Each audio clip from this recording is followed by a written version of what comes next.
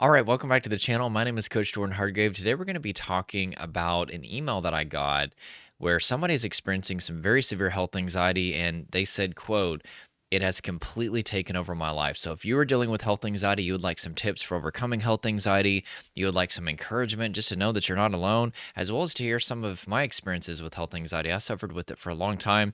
This email is for you, or maybe you'll send this to a friend or family member because maybe you're not struggling, but they are. Let's get right to it.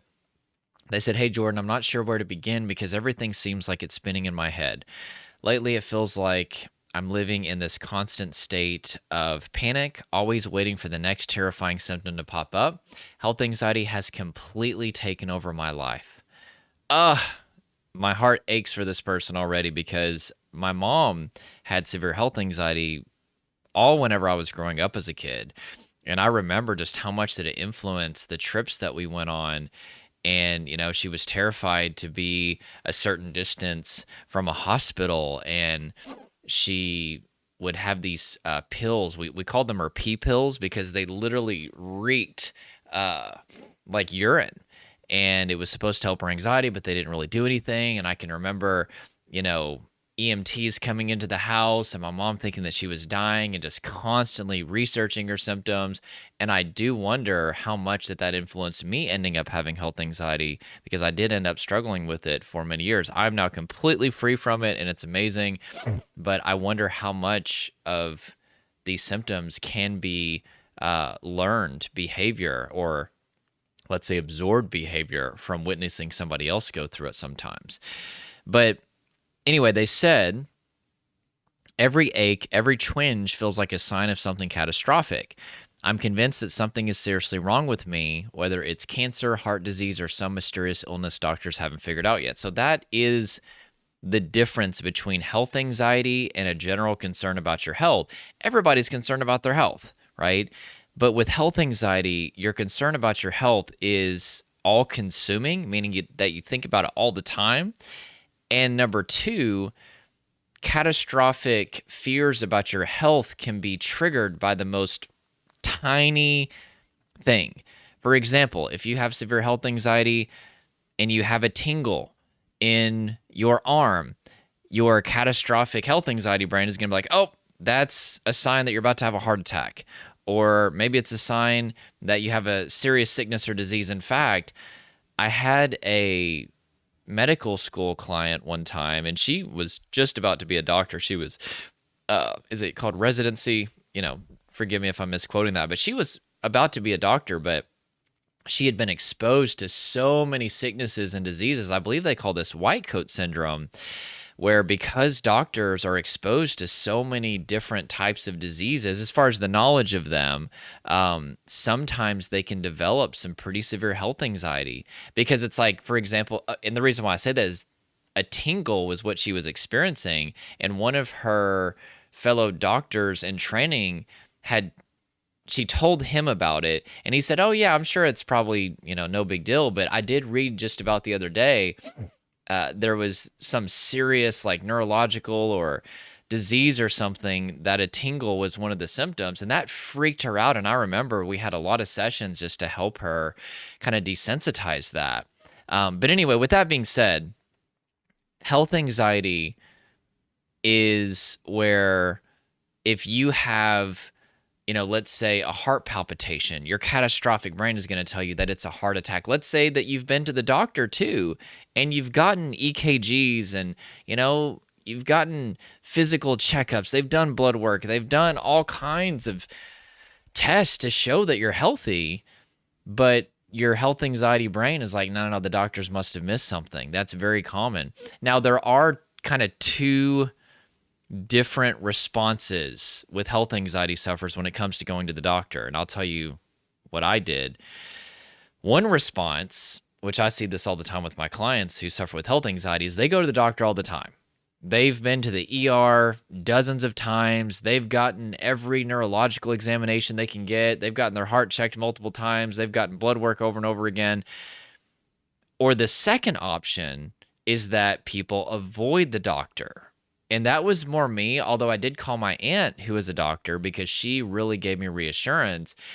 And Yet I was terrified to go to the doctor because I was like, well, what if they confirm my worst fear? Like I don't want to get the scan done or get the test done and they're like, "Yep, you've got cancer," right? I remember I had such a fear of cancer that just driving by this sign, it was like for some cancer institute, it literally would send me into panic just seeing the word cancer. That's how sensitized that I was to health anxiety at one point in time. So with that being said, it looks like this person has been going to the doctor a lot, which, to clarify, you should do. If you're ever concerned about your health, go to a doctor. But whenever you keep going back and back and back and back, this can be devastating to your finances if you're in a country where, it's not covered.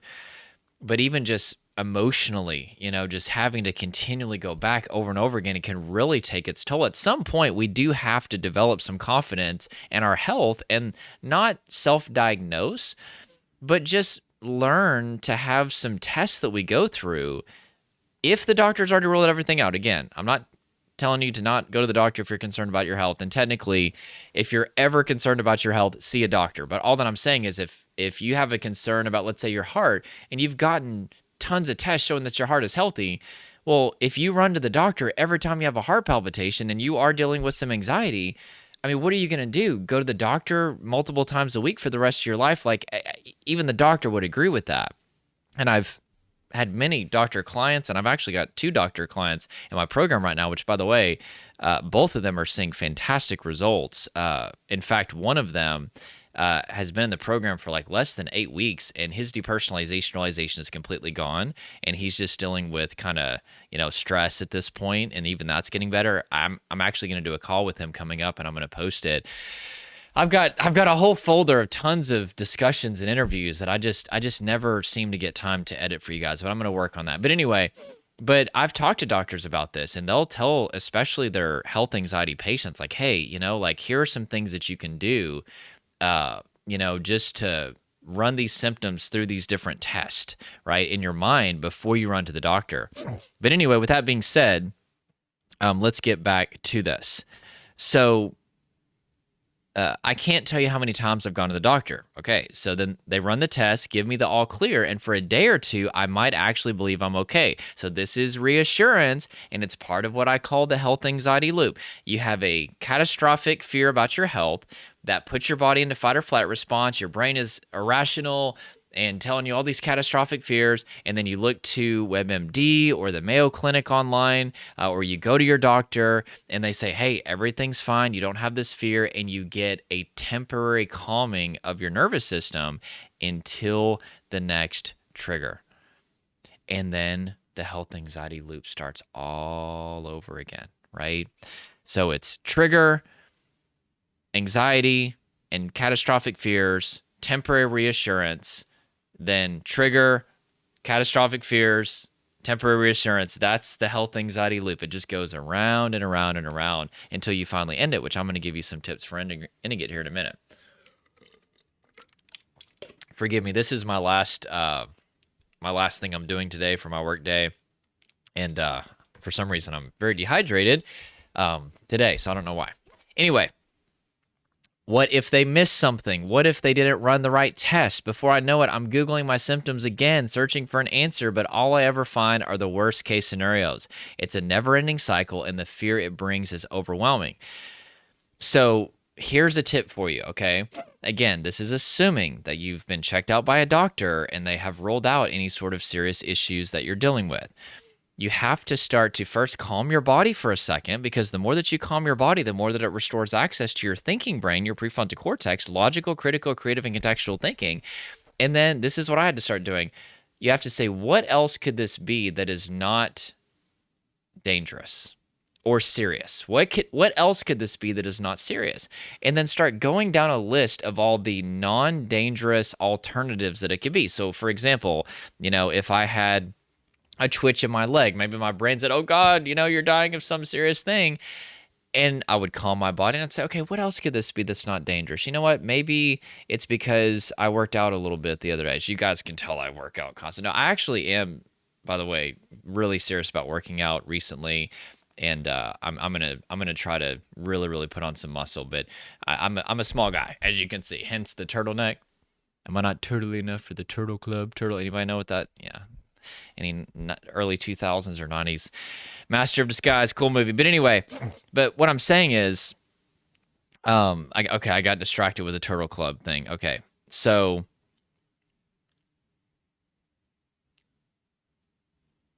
oh yeah, what else could this be that is not serious? And then you go down that list. So for example, let's say you kind of pushed yourself a little bit harder at the gym or something, or maybe you deal with allergies every now and then, right? So just kind of tell you or ask yourself that question, like, what are some of these options that it could be? So let's say you go to WebMD and you're having a tingle and it lists like seasonal allergies, or it could be, this thing or that thing, but then there's that one catastrophic thing on there. Your brain is going to navigate to that catastrophic serious sickness or disease. But if you calm yourself and you start to go over all the other things that it could be, all the other possibilities, and then start to remind yourself that, hey, the doctors have ruled out, everything else. I've been to the doctor and I have a generally I have good health, generally speaking. You'll start to desensitize this a little bit. Okay. And then just one more tip for you before we get on with the rest of the email. Take care of yourself. Seriously, that is one of the best things that I did for my health anxiety is I started to exercise every day. I started to eat healthier. I started to do sauna as well. Is a very powerful thing to do. And just, have boundaries in life. I started to prioritize sleep. Like, that's part of what can start to help you calm down is, what, like, is this tingle or this little bump, is it possibly something catastrophic? Yeah, it's a possibility, but because I take care of myself, it's not a probability. That's a powerful one too. And I know complexity bias, which is where our brain assumes that the complex solution is the more valid solution, is going to tell you, oh, it can't be that simple. Well, I'm not saying this is going to go away overnight. You're going to have to do this a lot. And there's other things too. I'm just giving you a couple tips here. I've got a whole course for this that I take my clients through. But these are some things that you can get the ball rolling on this, and it may sound too simple to be true, but try it, and I promise you're going to see some results from it, okay? So I try to distract myself, but it's like my mind always comes back to what if? I've tried so many things, logic, deep breathing, telling myself it's just anxiety. Well, let's go back to the logic. If your body is in fight or flight response, there is a shutdown, not a complete shutdown, but let's say there's minimized access to the prefrontal cortex, logical, critical, creative, contextual thinking. And that's why you can't out logic your fears, is because you don't have enough logic online. It's like trying to put out a fire with an empty water hose. Like, it's just not going to work, right? So, and as far as distraction goes, I mean, your body is in fight or flight response. So instead of calming your body and getting rid of the tension, adrenaline, and emotion from your body, you're going into your head, which causes you to lose access to what's called interoception, the experience of the embodied self. You basically become disembodied, and maybe that can kind of calm you because you're not feeling, the tension and, the adrenaline and the negative emotions that are happening in your body, but it's not fixing anything, right? So I've missed out on so much because of this. I've canceled plans with friends, avoided going to family gatherings. Oh my gosh. Again, my heart literally breaks when I read these stories because I have been in their shoes, and I've worked with so many people who were in their shoes too, even skipped important work meetings. It's like I'm always holding my breath, waiting for the worst to happen. And the worst part is I don't even trust my own body anymore. I can tell you my body felt like a complete war zone whenever I was going, not through just health anxiety, but generalized anxiety, panic attacks, and I dealt with depersonalization, realization, all kinds of other symptoms. I was never in my body. I was always up here. I was playing video games. I was thinking about the past or the future or thinking about existence. And I'll also add this because it's important to know. Sometimes health anxiety can be a way for you to escape a lot of emotion and stress inside your body. Because think about it, if you're always in your head meditating on catastrophic fears about your health, you don't have to be in your body. And so a lot of people don't realize that dissociation, which means to separate, right? It's your brain's way to try to get you away from painful experiences. Like, it's very nuanced, and your brain can create a lot of different ways to keep you out of your body. And you may think that you're dealing with a health anxiety issue, or maybe some of you are dealing with a more existential OCD issue where you're obsessed with existence. You may think I'm just obsessed with people's opinions, or I just have a tendency to dwell on the past or the future, this thing or that thing. Or I'm just obsessed with video games, or some people throw themselves into their career, right? But sometimes that's a dissociative outlet. Your body is a war zone and your brain's trying to separate you from it. And maybe your life is a war zone too. So they said, I just want to feel normal again. I want to be able to live my life without this constant fear hanging over me. But right now, I'm not sure how to get there. Maybe sharing this will help in some way, even if it's just knowing that I'm not alone in this. Thanks for listening. Okay. Well, I hope that this really encouraged you, sharing some of my own story. I gave you a couple tips that you can start applying as well to break that health anxiety loop. I do have a free masterclass. It's called the 5 Shifts to Heal from Anxiety and Depersonalization Realization. That will show you the 5 shifts that you need to make. It's not just some pitch. It's actually going to add value to you. I spent over 6 months working on that thing, almost day and night, and so many people have been transformed by it. So watch that. There's also a link to apply to work with me and my team if you wanted to see if we could help you in this situation. No guarantees. We turn away more people than we accept into my RISE program. Integrity is really important. We want to make sure that we are the people to help you, but there is an invitation at the end of it if you want to apply, and we'd love to take a look at your situation and see if we could help you feel calm, connected, and normal again. But regardless, just know that you're not alone, and there are so many people who struggle with this, and there is hope, okay? I don't have health anxiety anymore, and I have so rewired my mind and my body that if I do feel something, my go-to subconscious procedure is to go through the list of non-serious things. I do it automatically if something's wrong in my body. And, especially, I'm 35 now, which, I've got a mentor who's in his 70s, and I've got mentors who are in their 50s too. And they're like, oh, you're just a young buck. And I feel the best I've ever felt in my life. But, after 30, like, your body, it starts to not recover so quickly sometimes. And there are a few different aches and different things that happen periodically. But, I'll just be able to be like, these bodies are weird. Who knows? Right? Or, like, I'll watch it. That's something weird, but, I'm sure it'll be fine. And my brain literally assumes the non-catastrophic possibilities now, and you can have that too if you'll go through this recovery process. All right, so smash that like button if you are ready to get over health anxiety and you want to help me promote this video. I can't do it without you guys. This whole channel was built on you guys. Don't forget, my story is on December of 2017. I did my first video. I had no intention of doing this as my full-time job, and here I am 6 years later. And you guys commented and you shared how much these videos were impacting you. And here I am still doing this, and it's very rewarding. But I need your help because that's how we're going to get this stuff out there. So just, let's say I've helped you recover something or feel a lot better. Even just watch the video, even just leave it playing, share it with somebody, click like, comment something, guys. I really need your help to promote this and make sure that we can spread this message, because every single day somebody books a call with me and it's like, hey, I felt completely hopeless until I found your videos.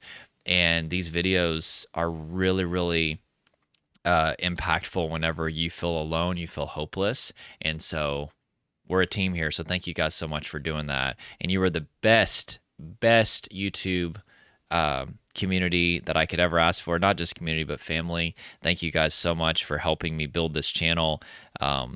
Every day I'm just baffled that I even get to do this for a living and get to transform so many lives. And so anyway, with that being said, that's it, and I will talk to you in the next video. I'll talk to you guys soon.